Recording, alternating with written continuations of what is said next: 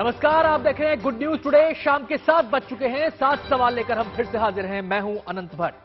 कार्यक्रम में आज पूछेंगे, आखिर कब तक बेटियां सिरफिरों के खौफ में जिएंगी। बीते कुछ दिनों में देश के अलग अलग हिस्सों से बेटियों पर हमले की खबरें सामने आई हैं। झारखंड के दुमका में तो सिरफिरों ने एक बेटी को मौत के घाट ही उतार दिया। बेटी का परिवार अब इंसाफ की गुहार लगा रहा है। वहीं दिल्ली में एक बेटी को सरेआम गोली मार दी गई। अभी इन दोनों वारदातों से लोग उबरे भी नहीं थे कि अयोध्या में लड़की से मनचलों की छेड़छाड़ का मामला सामने आ गया है। वहीं यूपी के ही बागपत में एक सिरफिरे ने एक बेटी को धमकी दी है।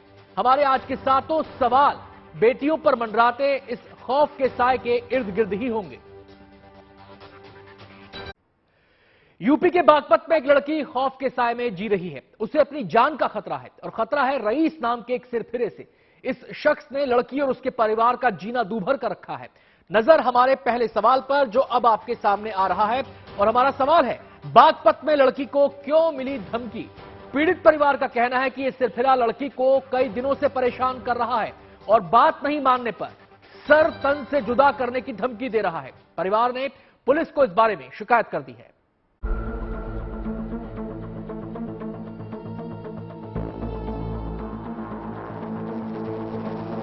यूपी के बागपत में दुमका और दिल्ली जैसी वारदात दोहराने की कोशिश की गई है। यहाँ भी एक लड़की को एक सिरफिरा काफी दिनों से परेशान कर रहा था।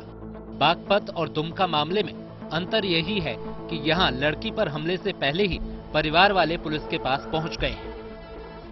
मामला बागपत के खेकड़ा थाना क्षेत्र के एक कस्बे का है, जहाँ एक सनकी ने एक लड़की और उसके परिवार वालों का जीना दूभर कर रखा है। लड़के का नाम रईस है और वो काफी दिनों से लड़की को परेशान कर रहा है। लड़की का कहना है कि उसने पहले अपना नाम बदलकर उससे दोस्ती की और उसके बाद शादी के नाम पर झूठ बोलकर उसे भगा ले गया। उसने अपना नाम मुझे विकास बताया था। उसके बाद वो मुझे लेके चला गया, कह रहा मैं शादी करूंगा आपसे। ऐसे ऐसे जो भी था लेके गया मुझको झूठ बोल के। फिर मुझे सीधा वहाँ पे कल्याण में लेके गया, पता नहीं कहाँ कहाँ घुमाया, इधर उधर रखा, सबके घरों पे घर पे रखा, कहीं बुआ के लेके जा रहा है। धमकी देता था मेरे को वहाँ पे वो। लड़की का आरोप है कि उसने जबरदस्ती उसके पैसे भी ले लिए और पुलिस में गलत बयान देने के लिए मजबूर किया। उस वक्त आपने पुलिस में क्या बयान दिया था? आई थी जब आप वापस लौट के आई थी तो आपने पुलिस में क्या बयान दिया था कि आप अपने मर्जी से गई थी और आपके साथ कोई बुरा व्यवहार नहीं हुआ? उस वक्त धमकी दी थी ना उसने मेरे को। अच्छा, धमकी दी थी कि सब बोलना वरना मैं जान से मार दूंगा सब। जब पीड़िता उसके चंगुल से किसी तरह भागकर अपने परिवार वालों तक पहुंची तो रईस उसके परिवार वालों को धमकाने लगा। आरोपी ने लड़की के पिता को सिर तन से जुदा होने की धमकी दी। पीड़िता के परिवार वालों ने इस संबंध में पुलिस के पास गुहार लगाई है। पुलिस को दी तहरीर में उसने बताया कि युवक लड़की को उसके साथ भेजने का दबाव बना रहा था और जब उन्होंने इससे इनकार किया तो उसने सर कलम करने के साथ ही लड़की की अश्लील फोटो वायरल करने की धमकी दी। मसूरी के पास जाकर लड़का उधर से आ रहा था, रईस नाम का बैठा रहने वाला। बोला कि कहाँ पे जा रहे हो अंकल जी? तुझे क्या मतलब है? कि बोला कि नहीं आपकी लड़की कहाँ पे है, तुझे क्या करना है लड़की का? तो बोला कि नहीं आपकी लड़की को मैं फिर से लेके जाऊंगा, वो मेरे साथ ही जाएगी। मैं भैया तेरे के पहले तुझसे वो नहीं हुआ सबर, हमने इतना वो करा तुझसे, वो करा शिकायत वगैरह करी तेरी, नहीं लड़की मेरे साथ ही जाएगी आपकी, या नहीं तो देख लो मैं क्या करूँगा, फोटो लगाऊंगा अश्लील उसके, मेरे पास सब चीज़ के फोटो हैं, और आपका भी दे लो सर, दर से अलग कर दूंगा मैं, आपका एक बच्चा है उसके बारे में सोच लेना आप। पीड़ित परिवार इस मामले में समय से पुलिस के पास पहुंच गया है और परिजनों की तहरीर पर बागपत पुलिस ने मामला दर्ज कर लिया है और वो पूरे मामले की पड़ताल में जुट गई है। ऐसे में देखना है कि पुलिस इस मामले में किस तरह का एक्शन लेती है जिससे इस मामले का हश्र दुमका और दिल्ली जैसा ना हो। दुष्यंत त्यागी के साथ Himanshu Mishra, Baghpat, good news today. Baghpat police ने पीड़ित परिवार की शिकायत पर मामला दर्ज कर लिया है और छानबीन में जुट गई है। नजरें पुलिस के एक्शन पर टिकी हैं। और अब देखते हैं हमारा दूसरा सवाल क्या है। हमारा दूसरा सवाल है, दुमका और दिल्ली की घटनाओं जैसी है क्या बागपत की वारदात? यह सवाल इसलिए खड़ा हुआ क्योंकि दुमका और दिल्ली में भी सिरफिरों ने यही तरीका अपनाया था। शुरुआत लड़की को परेशान करने से हुई, फिर धमकी दी गई और बाद में हमला कर दिया।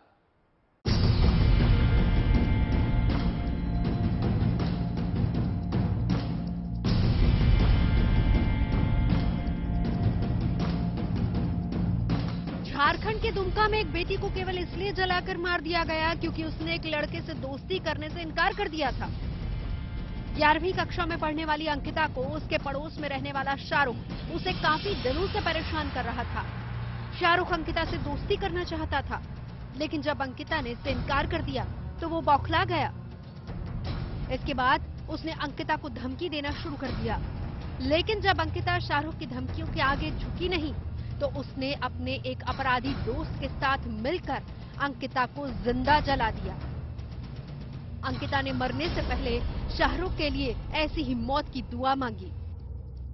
हम घर में अपने पापा को 10 बजे रात को आए, पापा भी बोले, पापा ने ठीक है सुबह होगा तो देखते हैं, और सुबह 4 बजे आके खिड़की से पेट्रोल फेंक के और आग जला के भाग गया।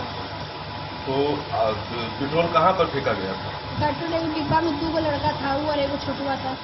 हम खिड़की खोल के देखे थे। आप मुस्लिम बहुल क्षेत्र में रहती हैं। दिल्ली में भी एक नाबालिग छात्रा को केवल इसलिए सरफिरे अरमान अली ने गोली मार दी क्योंकि वो लड़की अरमान से दोस्ती नहीं करना चाहती थी। लड़की के इनकार से नाराज अरमान अपने 2 साथियों के साथ भीड़भाड़ वाली जगह पर पहुंचता है और दिन दिहाड़े लड़की पर गोलियां बरसा देता है। वो तो लड़की की किस्मत अच्छी थी कि हमलावरों का निशाना चूक गया और गोली पीड़िता के कंधे पर लगी। यहाँ भी आरोपी लड़की को काफी दिनों से परेशान कर रहा था।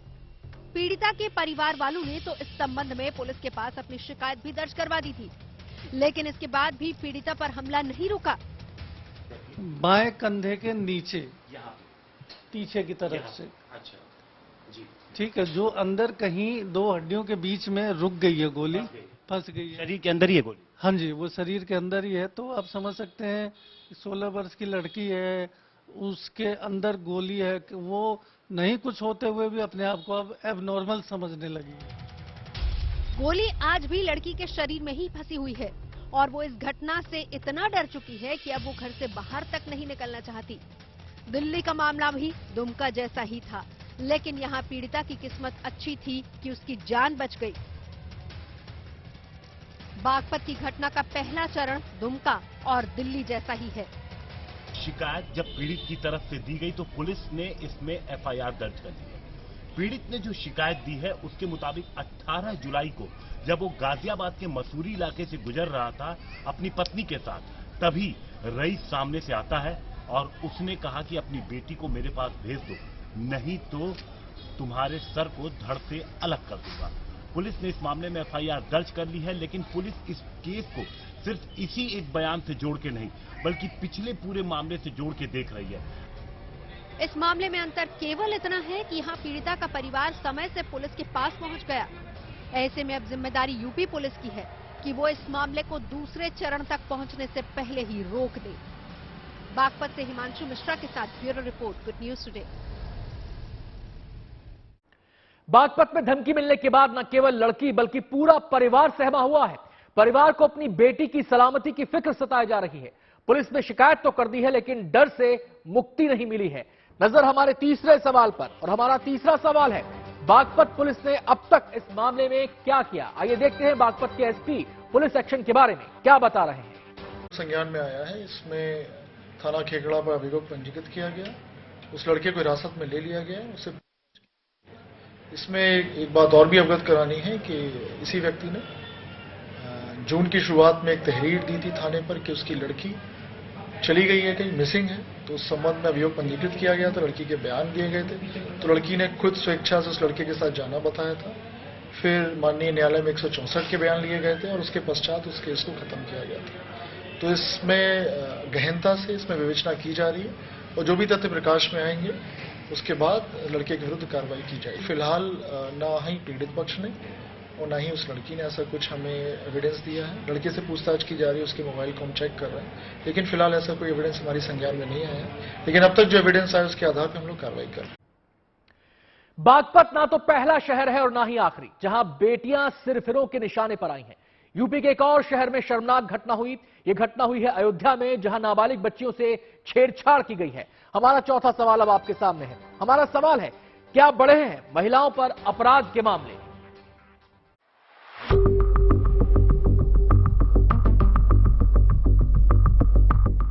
अपराधियों और मंचलों पर लगाम लगाने के लिए यूपी सरकार सख्त एक्शन ले रही है।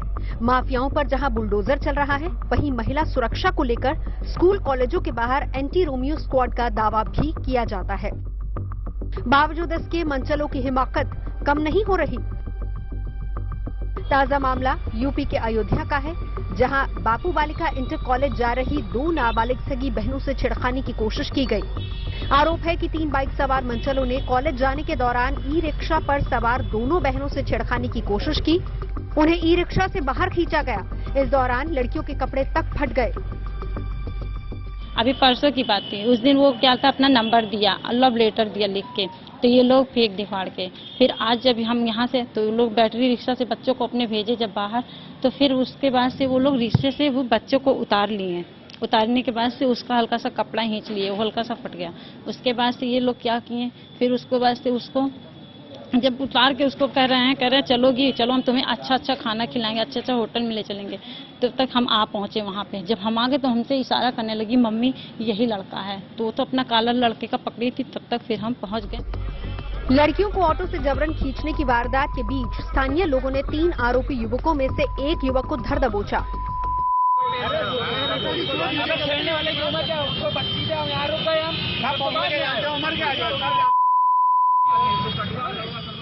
इसके बाद कोतवाली सिटी पुलिस ने छेड़खानी और पॉक्सो एक्ट के तहत मुकदमा दर्ज कर एक युवक को जेल भेज दिया, जबकि 2 आरोपी युवकों की सरगर्मी से तलाश की जा रही है। वो बच्चियां एक ई रिक्शा से जा रही थी, तभी पीछे से मोटरसाइकिल सवार 3 लड़कों ने उनको रोककर उनसे छेड़छाड़ करने का प्रयास किया, छेड़छाड़ किया। इस संबंध में वादी की तहरीर पर थाना कोतवाली में मुकदमा पंजीकृत किया गया है। उनमें से एक लड़के को गिरफ्तार किया गया है। 2 अन्य जो नामजद हैं उनकी गिरफ्तारी का प्रयास किया जा रहा है। शीघ्र ही कार्रवाई की जाएगी। देश भर में अपराध का रिकॉर्ड रखने वाली संस्था एनसीआरबी ने मंगलवार को साल 2021 में क्राइम से जुड़े आंकड़े जारी किए। इन आंकड़ों के मुताबिक पूरे देश में सबसे ज्यादा महिलाओं के खिलाफ अत्याचार के मामले यूपी में ही दर्ज हुए हैं। एनसीआरबी के आंकड़ों के मुताबिक महिलाओं के खिलाफ अपराध में यूपी टॉप पर है, जहां 56,083 मामले सामने आए हैं। वहीं राजस्थान में महिलाओं के खिलाफ अपराध के 40,738 केस दर्ज हुए। वहीं महाराष्ट्र में यह आंकड़ा 39,526 रहा। एनसीआरबी के आंकड़ों पर नजर डालें तो यूपी में महिलाओं के खिलाफ अपराध के मामले बढ़े हैं। साल 2020 में यूपी में महिलाओं के खिलाफ 49,385 मामले सामने आए, जो साल 2021 में बढ़कर 56,083 हो गए। यूपी में महिलाओं के खिलाफ छेड़खानी की घटनाओं का ग्राफ भी लगातार बढ़ रहा है। साल 2019 में यूपी में छेड़छाड़ के 9,393 मामले सामने आए। साल 2020 में यह आंकड़ा बढ़कर 9,864 हो गया, जबकि साल 2021 में यह आंकड़ा बढ़कर 11,988 हो गया। हालांकि यूपी पुलिस दावा कर रही है कि वो महिलाओं के खिलाफ अपराध को खत्म करने की दिशा में तेजी से आगे बढ़ रही है। एक तो हमें टारगेट जो अचीव करना है वो ये है कि क्राइम अगेंस्ट वीमेन बिल्कुल खत्म करना है हमें, कि महिला के प्रति अपराध करने की जो मंशा है उस सोच को हमें ठीक करना है। और वो तभी होगी जब त्वरित इन्वेस्टिगेशन, त्वरित चार्जशीट और अच्छा प्रोसिक्यूशन करा के इनको सजा दिलवाना। महिलाओं के खिलाफ बढ़ते अपराध को देखते हुए यूपी पुलिस अपने अधिकारियों पर भी नकेल कस रही है, ताकि महिला अपराध में कमी आए। पहले तो इतनी शिकायतें होती थी, अब काफी सुपरविजन स्ट्रांग रखा गया है। आपने अभी देखा होगा, कल भी पुलिस के कई अधिकारियों की, बड़े अधिकारियों की जवाब तलबी हुई है कि आपने पब्लिक ग्रीवेंस को जो है वो ठीक से नहीं देखा है। तो दोनों तरह का काम है। जहां अच्छा काम कर रहा है उसमें हम लोग जो है रिवॉर्ड देते हैं, और जहां हमारे काम में कोई कमी रह जाती है तो एक सुधारात्मक रवैया पहले अपनाते हैं, और जब देखते हैं कि जानबूझ के ये किया गया तो निश्चित रूप से दंडित भी किया जाता है। देश में महिलाओं के खिलाफ बढ़ता अपराध चिंता का विषय है। इसे नजरअंदाज कतई नहीं किया जा सकता। कानून के साथ साथ समाज की भी जिम्मेदारी है कि महिलाओं के खिलाफ हो रहे अपराध के खिलाफ आवाज उठाएं। लखनऊ से संतोष कुमार के साथ bureau report, good news today. और अब बात दुमका केस की कर लेते हैं। अंकिता की हत्या को कई दिन गुजर चुके हैं। परिवार चाहता है बेटी को जल्द से जल्द इंसाफ मिले और आरोपियों को सख्त से सख्त सजा मिले। हमारा पांचवा सवाल अब आपके सामने है और पांचवा सवाल है हमारा, दुमका की अंकिता को कब मिलेगा इंसाफ? अंकिता हत्याकांड की जांच एसआईटी कर रही है। दोनों आरोपी पकड़ में आ चुके हैं। दावा किया जा रहा है कि एक हफ्ते में चार्जशीट दाखिल कर दी जाएगी। मामले की जल्द सुनवाई की भी कोशिश होगी।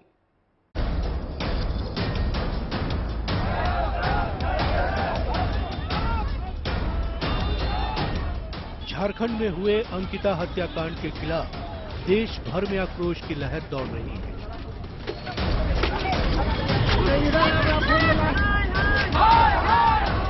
हर ओर से बस एक आवाज उठ रही है कि दोषियों को फांसी दी जाए ताकि आगे ऐसी जघन्य वारदात करने की कोई हिमाकत न कर सके।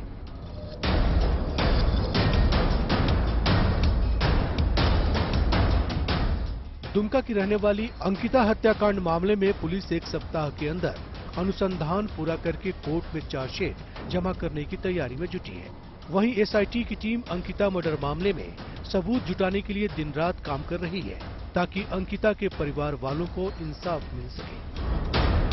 दुमका के अंकिता सिंह के मृत्यु के कांड में आज फिर से एसआईटी की टीम अंकिता के घर पहुंची। छानबीन की, पूछताछ भी उन लोगों ने की। आज ड्रोन उड़ाए गए और देखने की कोशिश की गई कि कहां से शायद जो अक्यूज्ड है शाहरुख, वो वहां से भागा होगा या फिर आया होगा। एक दूसरे डेवलपमेंट में आज करण राम नामक एक युवक को कोर्ट में पेश किया गया था। करण माना जा रहा है कि अंकिता का करीबी दोस्त था। पिछले कुछ महीनों से उन दोनों की अच्छी खासी दोस्ती थी। कोर्ट में सिर्फ जज के सामने उसकी पेशगी हुई और जज ने उनसे बहुत सारे सवाल भी पूछे, उसका बयान भी लिया गया। अंकिता मर्डर मामले में गिरफ्तार दोनों आरोपियों शाहरुख और नईम को 72 घंटे के रिमांड पर लेकर पुलिस लगातार पूछताछ कर रही है। सूत्रों से मिली जानकारी के मुताबिक अंकिता को जलाने के लिए आरोपियों ने 22 अगस्त को ही शहर के एक पेट्रोल पंप से पेट्रोल खरीदा था। बताया जा रहा है कि एसआईटी ने उस पेट्रोल पंप का पता लगा लिया है।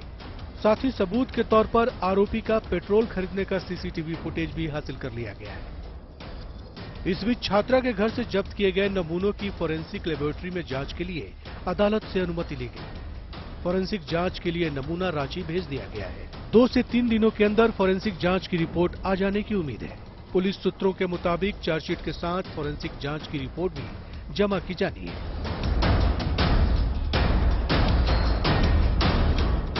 हत्याकांड की जांच कर रही एसआईटी के सूत्रों के मुताबिक पुलिस की ये तैयारी है कि एक सप्ताह के अंदर स्पेशल कोर्ट में चार्जशीट दाखिल कर दिया जाए। हाईकोर्ट भी इस केस की मॉनिटरिंग कर रहा है। समय पर पुलिस अगर चार्जशीट जमा कर देती है तो स्पेशल कोर्ट में स्पीडी ट्रायल चलाकर 1 महीने के अंदर इस मामले में सजा सुनाई जा सकती है। इस बीच अंकिता हत्याकांड केस को स्पेशल कोर्ट में ट्रांसफर कर दिया गया है। वहीं पेट्रोल से जलाकर मार दी गई अंकिता हत्याकांड के आरोपियों का केस दुमका जिला का कोई भी वकील लड़ने के लिए तैयार नहीं है। Bureau report, good news today. Delhi में जिस तरह से संगम विहार में 3 लड़कों ने एक लड़की को मारने की मंशा से गोली चलाई, उससे साफ है कि हमलावर कई दिनों से इसकी प्लानिंग में जुटे हुए थे। ऐसे में हमारा छठा सवाल है कि क्या दिल्ली में नाबालिग पर हमले के पीछे पुलिस का ढीला रवैया भी जिम्मेदार है? पीड़िता के परिवार वालों का तो यही मानना है, क्योंकि उन्होंने आरोपी के धमकी की जानकारी पहले ही उस इलाके के बीट कांस्टेबल को दे दी थी। आइए आपको सुनाते हैं पीड़िता के पिता इस मामले में क्या कह रहे हैं। जैसे स्कूल जा रही है बच्ची मेरी, तो उसके पीछे पीछे बाइक से जाना, स्कूल से छुट्टी के समय बच्ची अपनी माँ या बड़ी मम्मी के साथ आ रही है तो उस समय भी वो नोटिस करती थी कि वो लड़का पीछे 2-3 लड़कों के साथ घूम रहा है। यहाँ तक आने, घर तक नहीं आता था, मतलब थोड़ा पीछे तक रुक जाता था वो। उसे पता था कि घर जाऊंगा तो मार खाऊंगा। पहले जब ये शीशा टूटा था जुलाई 1st वीक में, तो हमने अपने बीट कांस्टेबल साहब को बुलाया था अपने घर ही। उनको 2-3 लोग और थे हमारे पड़ोस के साथ में, उनको दिया हमने वो फुटेज और उनसे ये सारी बात उनको बताई विस्तार से। ये लड़का है और ये उसकी फोटो है ये उसको उनको दिखाया भी हमने फुटेज। उन्होंने हमें ये कहा कि आप चिंता मत करो, हम मारेंगे, पीटेंगे, धमकाएंगे, समझाएंगे, वो आगे से ऐसी हरकत नहीं करेगा, वो लड़का आवारा है, उसे हम समझा देंगे। महिलाओं के खिलाफ अपराध करने वालों के लिए कानून में सख्त सजा का प्रावधान है, लेकिन इसके बाद भी महिलाओं के खिलाफ अपराध कम नहीं हो रहे, बल्कि लगातार बढ़ रहे हैं। ऐसे में हमारा 7वां सवाल अब आपके सामने है, और 7वां सवाल है, महिलाओं के खिलाफ अपराधों पर कैसे लगेगी लगाम? महिलाओं के खिलाफ अपराधों पर कैसे लगेगी लगाम, इस पर विस्तार से बता रहे हैं यूपी के पूर्व डीजीपी AK जैन। ये सब जो घटनाएं हैं ये बड़ी संगीन हैं। पुलिस को इसमें तत्काल संज्ञान लेना चाहिए। इसमें किसी भी प्रकार की शिथिलता नहीं बरती जानी चाहिए और कड़ी से कड़ी निरोधात्मक कार्यवाही 107, 116, 116(3) में पाबंद करने की, ऐसे अभियुक्तों को जेल भेजने की, उनके घरों पे तलाशी लेने की, जिससे कि इनके पास में कोई नाजायज हथियार तो नहीं है, इनके कौन कौन साथी हैं, कौन कौन इन घटनाओं में साथ में लिप्त हैं, उन सब के खिलाफ बड़ी कड़ी कार्रवाई होनी चाहिए। कार्यक्रम में आज इतना ही।